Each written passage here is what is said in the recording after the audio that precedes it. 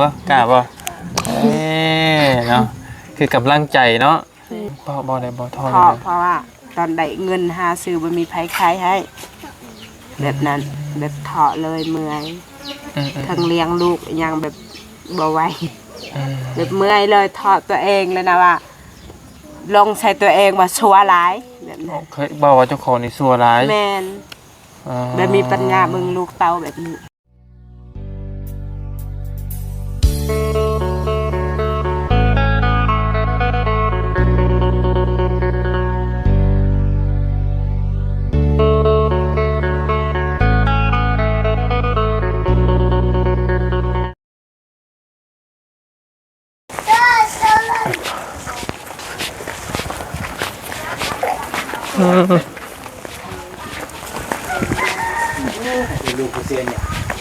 พ่อพื้นเราขัดเคยเนาะ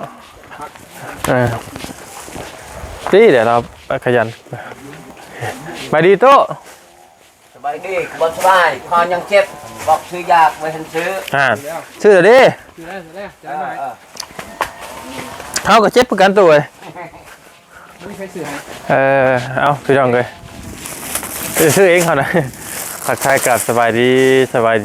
ดีพ่อแม่พี่น้องเนาะเบิร์ดคู่สู่คนพี่น้องกันเนาะก็ยินดีต้อนรับเข้าสู่ช่องของบ่ยาวซาแนลพี่น้องเลยค่อยคำลงแรงนิดนึงเนาะพี่น้องเลยเมื่อนี้ตามคำเรียกห้องFC เนาะมีบางคอมเมนต์เข้ามาหาอยู่ว่าเป็นได้เรื่องครอบครัวน้องสารีพี่น้องประชันเนาะกะป้าทีมน้องเพิ่นน่ะบ่ประชันเนาะกะยังบ่ได้ป้าบ่ได้ทีมพี่น้องเลยแต่ว่าคือในการช่วยเหลือของน้องเพิ่นกะเงียบๆไปเนาะเพิ่นเนาะก็ยังบ่ทันมีผู้ใดที่ยื่นมือเข้ามาช่วยน้องเพิ่นพี่น้องเลยในตอนนี้เนาะเอาการนั้นน่ะพี่น้องเลยทั้งบ่ยาวเองกะ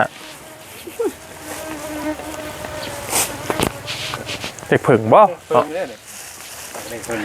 เล็กว่าอยากเป็นขึ้นบอจูนได้ข่อยเนาะเอาพี่น้องเลยก็คือเงียบหายไปแล้วโดนเติบเนาะพวกเขามาได้2-3 มื้อกับบริเข้าไปหาเนื่องจากว่าทางบอดี้เพิ่นแล้วก็ทางบ่าวนุ่งเก็บงานอยู่เพื่อนน้องเดิมพี่น้องบ่ทันแล้วเนาะกลับมาก็เป็นเก็บงานแล้วเขาก็เลยพากันเดินทางมาในมื้อนี้พี่น้องก็คือบุกไปหาเคสใหม่น้ำอื่นน้ำแหละพี่น้องเนาะไปซอยครอบครัวอื่นน้ำเนาะก็คือพี่น้องเห็นนั่นแหละเขาบุกไปหมู่บ้านนุกทงแล้วก็หมู่บ้านอันอย่างก็ตอกสมิงน้ำเนเมื่อวานเนาะที่เป็น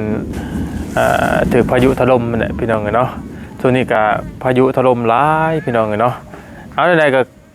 ไปเบิ่งไปส้มน้ำกันว่าน้องเพิ่นอยู่เพื่อนอยู่ซ่านอยู่บ่พี่น้องแต่ว่าน่าจะอยู่เนาะพี่น้องเนาะ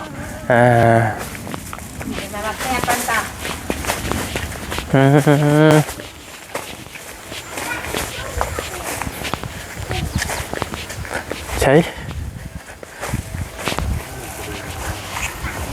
ไพ่นะนั่งสลีบสบายวะล่ะเอามานั่งพี่ดูนั่งคือมันมืดแน่เนาะรอได้ต่อเด้อไล่ก็ให้เจ็บอย่ามาดูออกพี่มาบ่เป็นยังได้ดอกเนาะสบายดีเป็นอะไรคือได้ติดหัวติดหางบัดนี้บ่สบายไข่บ่ไข่แห้งดีนะกินบ่ได้เล็กขนมเลยเนาะนี่ได้น้องนุ่งกินเนาะเป็นอะไรสิถามมาอยู่ดีไม่แห้งหมดหัวที่ตะผากอยู่บัดนี้พี่น้องเลยเนาะไม่ได้ไปโรงเรียนซ้ำบัดนี้ไม่ได้ไปจักมื้อแหละหลายมื้อและเฮ็ดเวียกอยู่พุ่นเฮ็ดเวียกยังล่ะกะอนามัยที่ทางย่อมบ่โดยเป็นเติร์ดแล้วบ่เดี๋ยวนี้นั่นได้เป็นเติร์ดแล้วบ่อยู่ที่ใหม่จังนะโดยไปพาเฮ็ดพ่อเฒ่าแม่เฒ่าพ่อเฒ่าแม่เฒ่าโดยเมื่อนั้นเคยเห็นบ่าวนุ่งมาพันซอยอยู่บ่โดยเป็นได้จักมื้อแล้วไข่ไหนล่ะ2-3 มื้อ2-3 มื้อแหละโดยเป็นอะไรเจ็บหัวบ่หรือว่าเป็นอะไรโดยเจ็บตาฝนบ่โดยพอดีได้เห็นบ่ดีเพิ่นซื้อยามาหลายอยู่เนาะบ่นุ่งเลยเห็นเราซื้อยามาเต็มรถนึงพี่น้องวัดใหญ่มีอยู่แล้วยาในวัดนี่ไอพอดีทายาบ่ดีก็ได้เนาะ โดย กินแล้วบ่ยา กินแล้วสาราแต่ยังบ่เศร้า กินแล้วซาลาเนาะ โดย ไปตากคนมาจักบ่ฮะ บ่กะไข้ ตั้งมันจากไข่เนาะ โดย มีขี้โมกแล้วบ่ โดย เอานี่ขนมเอาไปผักน้องผักนงเด้อ โดย ระเบ้าคือเห็นว่าไผมาบ่ แม่ เมย์จะมาบ่ โดย ใช่เมย์เจ้านะ อยู่ นะ แม่แม่ ไทย ไล่ดอกแม่ ออกมาพี่ด้วยอยู่ที่ไหนสบายดี มานั่งพี่ก็ได้นั่ง ดอก อันนี้เมย์บ่ โดย เมย์แท้ๆนี่บ่ โดย เมย์โอ้ยังหนมอยู่หรอกกันเนาะเป็นว่ากับน้องบาดพี่น้องกันจักปีเจ้าน่ะ 31 ปี 31 ปีรุ่นน้องบ่นุ่งอีกเนาะมาได้จักมือแล้วนะ ที่มือก็ไปเฮ็ดไปกวดอยู่หั่นแตกเบิดแหละ มือเราเตะพี่น้องเนาะเด็กเรามาเราก็ไปเห็นเวียกอยู่หม่องพี่ไม้เจ้าบ่ มาฮอดแบบอนามัยเลย มาเลยบ่หรือว่านี่เลย ยังบ่ทันฮู้แบบว่าทันเอาอยู่แบบอยู่ปัจจุบันเลยเพราะว่าเฮาก็บ่มีข้าวกินนะเฮาก็เป็นคนหาเงินแบบหาเลี้ยง จะ ลู เป็น ก สาวรักเนาะเบ้าบ่ได้เนาะบางเทื่ออาจจะได้อันไปคือเก่าเนาะ แม่น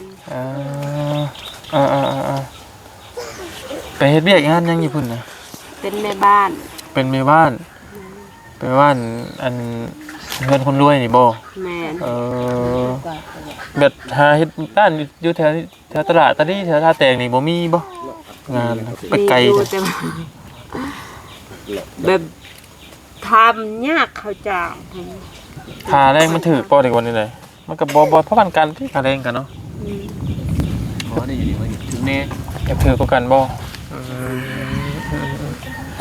จ้าพี่น้องเอ้ยกินข้าวกินน้ำได้ซั่นมื้อนี้ กินแล้ว เจ้าโทษด้วยเจ้าชื่อหยัง ซื้อแจว ซื้อหวย ซื้อแจ่ว แม่น แจ่วพริกนี่ แม่น บ่ยากแล้วซะเนาะพี่น้องเอ้ยมื้อนี้กินจะจำเอารถเนาะซื้อสาวแจ่วเนาะ สมซื้อมีแต่พาลูกๆจำใจ สมซื้อเลยจ้าพี่น้องเลยไป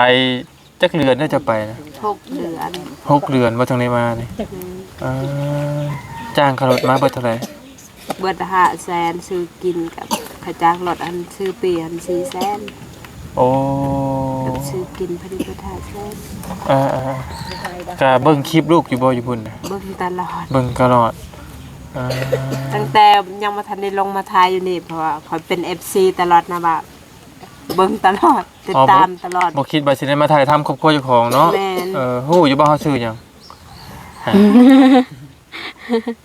แม่นเบาหยาว โอ้อันนี้ได้สาบายังเลย แบบข่อยบ่จื้อปานใดหั่นน่ะ อันนี้บ่าวนุ่งบ่าวตูนเด้อเพิ่นอยู่พี่แหละอันนี้นะบ่าวนุ่งกับบ่าวตูนนี่อยู่เมืองท่าแตงนี่แหละเนาะข่อยนี่พูดอยู่สวรรค์เขตผู้คือได้ยินข่าวว่าพ่อเล็กน้อยก็เป็นอยู่สวรรค์เขตบ่ แม่ บ่ได้ติดต่อหากันได้บ่ได้นี่ ตั้งแต่ปะกันบ่ได้ติดต่อหากันเท่าไหร่ อืม เราปะข่อยกับลูกสาวตอนสลียังอายุ เราปะเราหรือเราปะ เรา เจ้า เป็นคนปะ แต่งกันได้งานกันอยู่บ่ เรามาสู้เอา จะได้เมื่ออยู่กับเราเนาะ บ่เรามาอยู่นำข่อย อ๋อป้ากันนี่ป้ากันอยู่พี่บ่เราก็ได้มาเฮ็ดเวียกเฮ็ดงานกินยูมกันอยู่พี่บ่ พี่ ยูมกันประมาณจักปี ได้แหละ3 ปีบ่ประมาณนั้นเลย บอกอันบ่ได้บ่อันเลิกกันย้อนหยัง ย้อนค่ะเราลิ้นซาวเราติดยา เรื่องยาเนาะพี่น้องเอ้ย เพราะว่าเพิ่นก็บ่แม่นคนที่ข่อยแบบฮักมัก เราเห็นข่อยเราก็มาคอช่วงเขามาเฮ็ดเครื่องไฟฟ้า พ่อกันเลย แล้วมาพอนี่เราก็มาคอนำพ่อแม่นำผู้ใหญ่ แต่ว่าได้แต่งกันในงานกันอยู่บ่ยังบ่ได้แต่ง บ่ กัน ได้ เนาะ แต่งงานเนี่ยมีแต่เอากันเว้าสอดคล้องนำพ่อบ้านทับฮู้ก็แล้ว หลังจากเลิกกับพอน้องสารีบัดนี้แล้วเจ้าก็มีผัวใหม่อีกบ่ แม่ แล้วเป็นยังบัดนี้ผัวที่สองก็อยู่นำบ่ได้ ผัวที่สองแบบตอนทำอิฐคิดว่าเขาสิดีแบบอยู่ไปอยู่มาหั่นถึงเว้าจมควรแบบพอเฒ่าแม่เฒ่าอันน่ะลุงป้าเอาอาบ่ได้เอาเกียรติแบบบัดเฮาเว้าซ้อนสุกยูให้เอาเกียรติเขาแน่เขาเป็นผู้ใหญ่เฮาเป็นลูกเคยสู้เราก็ตบตี กับตีเจ้าบ่ แม่น อ๋อเคยเลิกกันอีกอยู่ในเพิ่นจักปีเพิ่นน่ะ น้ำพุนั่นก็5 ปีแล้ว อ๋อหึงก็ต้องพอน้องสารีอีกบ่ แม่น อ๋อคนนี้บัดนี้อยู่โดนคนผู้นี้อีกเนาะเลิกกันบัดนี้ เลิก มาต่อน้องพาแฟสบัดนี้แม่นบ่ แม่น คนละคนเนี่ยเนาะ น้องพระแพทย์กับคนในบ้านเขาเอง อืม น้องชายอันนั้นน้องชายพอบานเสียงทองค่ะ โอ้อาญาแล้วเพิ่นเป็นคนในบ้านเนาะ แม่น เดี๋ยวสิเขาเดี๋ยวสิผิดใจวาดพิงกันเพิ่นอันผู้นี้เด้อซะ วันนี้แบบเราไม่เฮ็ดเคลื่อนคือกันแบบประกันน้ำพอสลีแบบพ่อแม่บ่ให้เอา เพราะว่ามันอยู่ใกล้ เลิกกันอีก เพราะว่าแม่นแนวอื่นเพราะว่าเราแต่งก็บ่ได้แต่งอยากได้ให้เมื่อนํ อ๋อเจ้าก็บ่เมื่อบ่ บ่เพราะว่าข่อยเป็นลูกผู้เดียว เพราะว่าลูกละเบิ่งพ่อแม่อยู่นำพ่อแม่ มีที่เพิ่นมาไข่ไว้เดี๋ยวไปเลยบัดนี้ แม่น อ๋อบอกให้โทษด้วยเจ้าจักคนเบิดจังเบิดเด็กน้อยเฉพาะอันผู้มีเด็กน้อยพอเด็กน้อยนี่สามเนาะ แม่น ถามทั้งเบิดถามเนาะเจ้าก็มีแต่เอาบ่ได้ก็มีแต่เอาลูกก่อนเนาะ บ่ได้คุมเลยบ่ บ่แบบกินยาคุมบ่ได้ ชักเอา สักก็บ่ได้เคยสักเคยกินแต่บัดกินมีอาการหั้นนะ อืม แบบลูกกินข้าวอีหยังเฮ็ดเวียกบ่ได้อยู่บ่นอนมีแต่แม่ป้อนแบบนั้น เอา คันเช้ากินยาเช้าสักก็ คือว่าใครแน่ดิ ให้แน่บ่ได้เป็นหยังปกติ กินเข้าไปซักเข้าไปเป็นเลยบ่ แม่นเป็นแบบนั้น โอ้จ้าเจ้าว่าเป็นสาวรักในเงินในซานนี่เบิ่งพ่อแม่นี่ ตั้งแต่เขาบ่อยู่เป็นลูกสาวเอง อืม แบบแม่เป็นคนไปเลยแบบหาเงินแบบนี้ จ้า แต่ว่าถอดตัวเองนะบอกความซื่อบอกว่าเมื่อยแหงเพราะว่า เคยสู้มาแล้วอยากได้ดินบ่อยากได้เฮือน ท่อจังหยังบ่ได้บ่ท่อ ท่อ จังหยัง เพราะว่าตอนได้เงินหาซื้อบ่มีไผขายให้ แบบนั้นแบบถอเลยเมื่อยทั้งเลี้ยงลูกอีหยังแบบบ่ไหวแบบเมื่อยเลยถอดตัวเองเลยนะว่า ลงใส่ตัวเองว่าชั่วร้ายแบบนั้น เคยบอกว่าเจ้าของนี่ซัวร้าย แม่นแบบมีปัญญาเบิ่งลูกเต้าแบบนี้นะคันเราเป็นแบบน้ำตาจากไหลอะ ก็บ่เป็นหยังกันไดเนาะสิว่าหยังกันเนาะก็บ่เรื่องอันที่เราสู่ซนมาพี่น้องเนาะแบบความอัดอั้นใจมันมาแบบเฮาเป็นสาวรักในครอบในครัวนี่เนาะมันท่อแม่นบ่ท่อนี่ท่อจุดใดท่อแบบเป็นจังได๋ ทอดที่เวลาเขาได้เงินมาแบบแม่นเงินเขาเฮ็ดเขาสร้างแบบยืมนำเขาคือเขายืมเงินธนาคาร เคยยืมเงินธนาคารบ่ แม่นยืมเงินธนาคารตอน11เขาปล่อยให้ยืม500,000 5 ล้าน น้อย ยืม5 ล้านพอดีเลาะหาซื้อบ่มีไผให้ช่วงหันข่อยยังถือพาแฟนบ่มีไผให้พอดีพวกเพิ่นเกิดมา เขากินก็บ่มีบ่จักสิเลี้ยงพวกเพิ่น ออกมาเขากินเลี้ยงลูกก็บ่มี แม่นก็เลยเอาเงินตัวนั้นแหละเลี้ยงเบิดครอบครัวหั่นแหละพอดีเวทหันเขามาให้อีก5 ล้านเป็น10 ล้าน แบบเขามาให้เพิ่มนะคะว่า อยากได้ให้มันเป็นก้อนใหญ่แบบนั้นเขาว่า น้อย แต่จำเป็นแบบก็เฮาบ่มีหยังมักแนงอีหยังกับแพก็บ่มีพวกอ่ะมีแต่ไปเลาะลิ้นสูบยาไปเลยบ่เบิ่งบ่แย่งเวลาลูกเจ็บเป็นอีหยังเพราะว่าตะกี้มันเป็นพยาธิหลายเบิดทุกคน มันเป็นตุ่มคือลักษณะว่าขี้หิดนะ แบบว่ามันเป็นแบบนั้นก็เลยว่า ซื้อยาได้ซ้ำใดแบบปัวพญาติหั่นน่ะปัวอะไรก็บ่เศร้ามันเศร้าเองมันบัดเงินเฮามืดก็มันเศร้าเองมันเป็นแบบนั้น ปิดหมดก็ได้เปล่าเนาะปิดกล้องไข่น้ำเลยปิดจนพี่น้องกันเนาะก็ถามเรื่องราวของเราที่ไปที่มาเนาะไปป้าลูก6 เดือนนี่ไปพุ่นเคยน้ำตาไหลให้ยี่บ่ไปไกล ให้ตลอดคิดทอดลูกเป็นห่วงข่อยไปหากะ2 เดือนพอดีข่อยกินเป็นลูกสาวเราอยากได้โทรศัพท์พอดีข่อยขอเงินแฟนข่อยหันเพราะว่าข่อยอยากได้โทรศัพท์ให้ลูกสาวแล้วก็เพิ่มให้พอดีส่งให้ลูกสาวก็ซื้อโทรศัพท์ใช้บ่ถึงเดือน คือเขารัก แม่นเขารักตอนช่วงเดือน3หั่นข่อยก็ให้ลงมาเลยข่อยลงมาเลยเดือน3หั่นข่อยลงมาเยี่ยมมายามเพิ่นเพราะว่าบ่จักสิเว้ามีแต่ให้เลยนะลงมาขี่รถก็ให้รอดพี่ต้นลูกสาว จะพี่น้องกันเนาะก็คืออยากได้โทรศัพท์ให้ลูกสาวเพราะว่าพอได้โทรคุยเนาะ แม่เวลาคิดทอด เวลากินฮอดลูกกินฮอดเต้าแล้วก็โทรอันเห็นหน้ากันพี่น้องกันเนาะก็เข้าใจแล้วอยู่แล้วพี่น้องก็จากบ้านจากเมืองไปไกลเนาะไกลบ้านบ่ยาวไปอีกเลยพี่น้องเวียงจันทน์เนาะเป็นสารักในครอบในครัวนะเราก็เนาะตอนนี้ที่ว่าสิ่งสำคัญนี่ก็คือน้องทั้งเอื้อยเพิ่นนี่ก็แม่นอยากได้เฮือนได้ซ่านให้ลูกพี่เต้าแล้วเนาะอยู่เลยเนาะเมื่อยแล้วเนาะเฮ็ดเบียกผู้เดียวสู้ผู้เดียวกับพี่น้อง เมื่อย เนาะ แบบท่ออยู่ดินเข้าแบบได้ยินแต่เสียงเขาเว้าเขาจมเขาด่าแบบนี้นั่นนะเพราะว่าเขามีลูกหลายเพราะว่าลูกเขาเป็นคนขี้ดื้อแบบจับเขาเล่นคือกกกระเพนี่เขาจับเขาหักขนาดแบบนี้แบบมันท่อหลาย มาเนี่ยมีหมึงนอนอยู่บ่จอย นอนเบียดน้ำลูกหน่อย ๆโอ้มันพอกันนอนอยู่บ่ ๆบ่พอกันนอน คือว่านอนนอนสลีบ่ บ่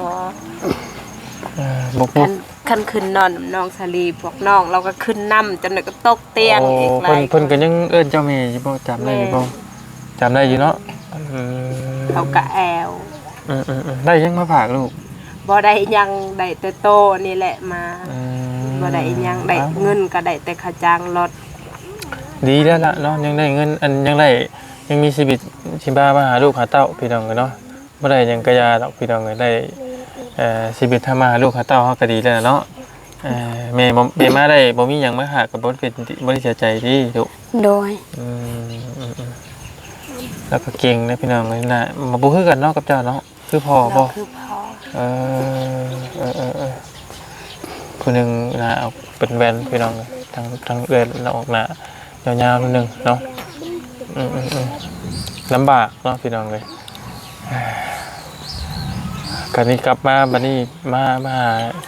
สิมาหาเงินได้ไหนบ่คิดว่าสิหาได้อยู่บ้านเฮาบัดนี้ บ่จักสิหาจะคิดว่าสิมาซักเขา ปลูกข้าวบ่ แม่นสิมาปลูกข้าวคันปลูกข้าวแล้วล่ะให้น้องสลีผู้เบิ่งแม่ก็ไปหาเงินต่อแบบนั้น โอ้ คันบ่เฮ็ดแนวนั้นเฮาก็บ่มีหยังกิน มาเฮ็ดไร่เฮ็ดนาพี่น้องก็เป็นบ้านเฮากันเนาะแล้วก็เฮ็ดไร่เฮ็ดนาแล้วก็แม่นให้น้องเบิ่งหาเนาะแล้วก็เจ้าก็ไปหาเฮ็ดเวียกเฮ็ดงานต่อ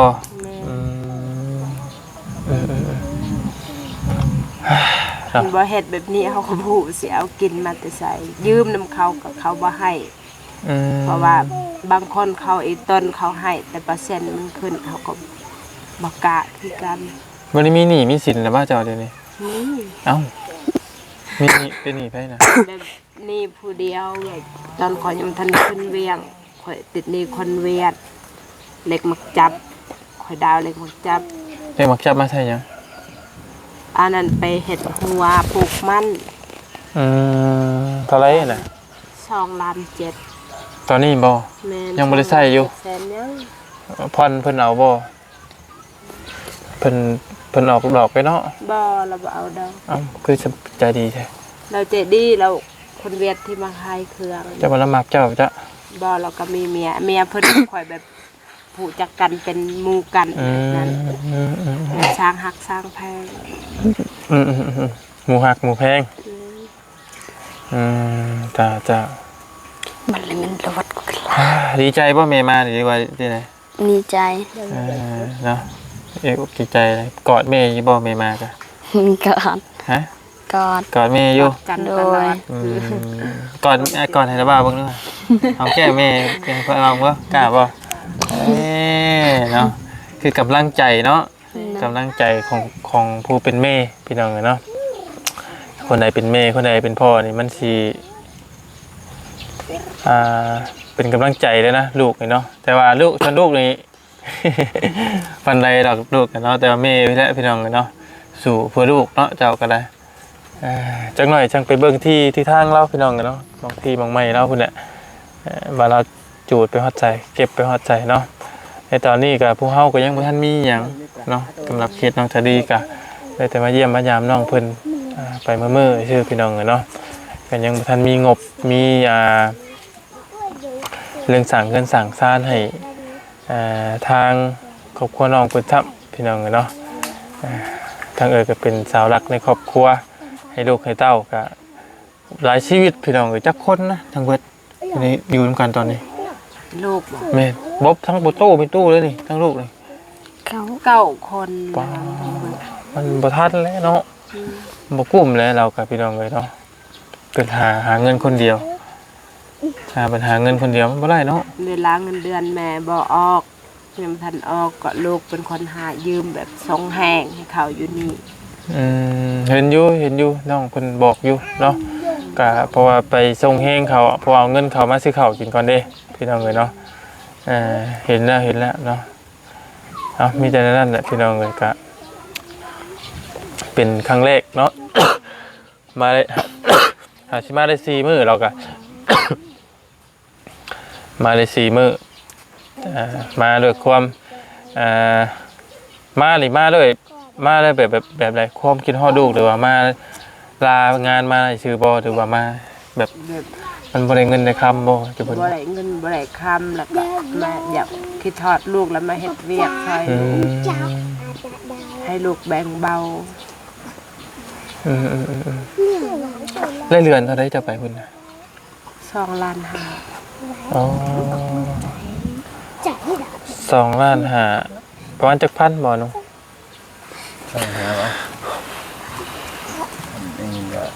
มัน4บ่4,000ปลายเนาะหรือว่า5,000เนาะ 4624เนี่ย4,000 บ่ฮอด5,000เนาะพอเงิน5,000มันได้3 ล้านเนาะ 4,000 บาท ขอโทษจ้ะพี่น้องบ่ได้ว่าดูถูกเงินหรอกเนาะบ่ยาวเองนี่นะพี่น้องเนาะเงินล้าน2 ล้านนี่มื้อหนึง2 มื้อก็เบิดเลยพี่น้องเนาะเพราะว่ายิ่งเข้าไปการเดินทางสินี่เบิดหลายพี่น้องเนาะซื้ออยู่ซื้อกินเนาะอันนี้เงิน2 ล้าน5มันสิได้หยังเนาะไปตลาด100,000ก็สิกินเพลเข้ามาไป2 คนนี่100,000ได้กินอยู่2 คนเลยพี่น้องถ้วยที่3บ่จุ๊บป้อถ้วย40,000เด้เนาะส่งถ้วย80พี่น้อง เขา เว้ย ก็ซื้อกินเขาเอง เจ้ากินกันเองบ่ แม่ บ่ได้กินน้ำเพิ่นบ่ บ่ อยู่น้ำเพิ่นซื่อเนาะ อยู่น้ำเพิ่นซื้อมีแต่ค่าห้องค่าน้ำค่าไฟบ่ได้เสีย โอ้ เขาซื้อกินเอง จ้าอ้าวมีแต่ว่ายินดีที่รู้จักกันเด้อ โดย ชื่อบ่าวยาวเนาะป่ะมาถ่ายทำน้องเพิ่นพี่น้องเอ้ยถ่ายทั้งน้องสารีกับบ่คิดว่าสิมาพ่อมาเจอทางเมย์เนาะเมย์เรามาก็ดีนั่นแหละพี่น้องเนาะก็ถ้ามีข่าวดีจังไดก็สิมาแจ้งเมย์เพิ่นเลยเนาะแต่ตอนนี้บ่ทันได้มีหยังก็มาเยี่ยมมายามเนาะซื้อขนมมาเยี่ยมมายามมาก็บ่ได้หยังมาตอนลูกตอนเต้าทำเราก็เนาะแต่ว่าตอนลูกตอนเต้านั้นสิกินก็ยังบ่มีเนาะยังสิบ่กุ้มเลยมันมาฮอดพี่ก็น้ำตาไหลแบบบ่จักสิเอาอิหยังให้ลูกๆกิน ลูกมาต้อนบ่ แม่นทั้งตัวเองลงมาแต่เวียงยังบ่มีหยังมาให้มาตอนให้ลูก อ๋อมันมามือเปล่าแบบลูกมาต้อนมาสิเมาะมันถ่าอะไรเลย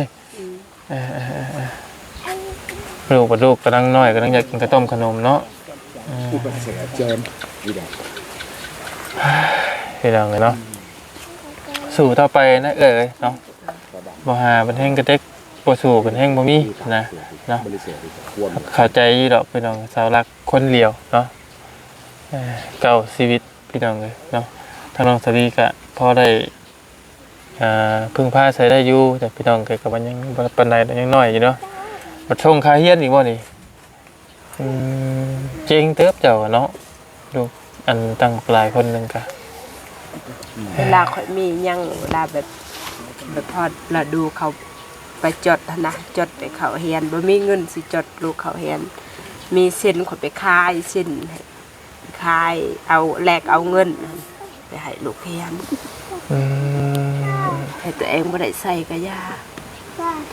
ไปอยู่เวียงบ่เคยซื้ออีหยังเครื่องนุ่งของเขาให้เบิดแบบเขาดูต้นนั่นน่ะ เรื่องเงินที่โตมาเท่าไหร่นะขอโทษเด้อพี่น้อง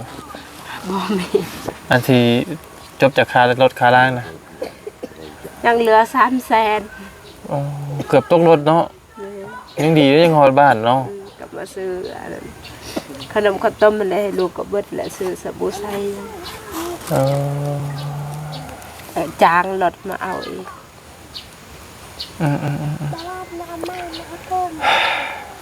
ค่ารถบัดเพลงพี่น้องเนาะ1รถโดยสารเนาะไปเวียงไปหยังค่ารถบัดเพลงบัดนี้พี่น้องเลยเพื่อสิมาฮอดบ้าน